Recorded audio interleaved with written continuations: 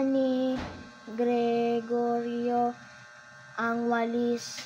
Naisip niya kung ano ang unang linisin.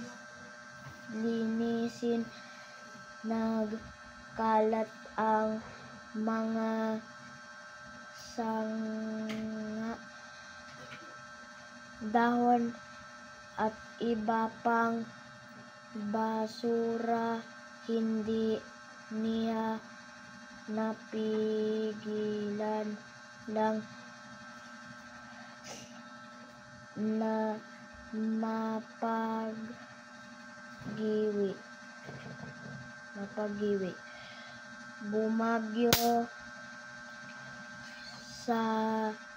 Bumagyo sa baryo ni